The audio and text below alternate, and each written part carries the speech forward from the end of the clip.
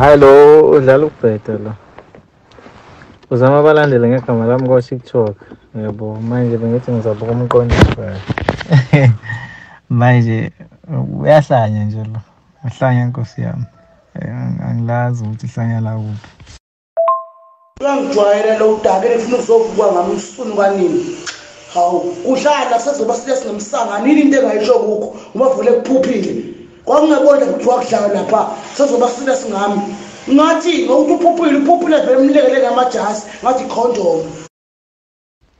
Hayi ngeke ngisinaka lesi sarikwazi kade saqala futhi sithatha amashansi la kumina Nkosi yami.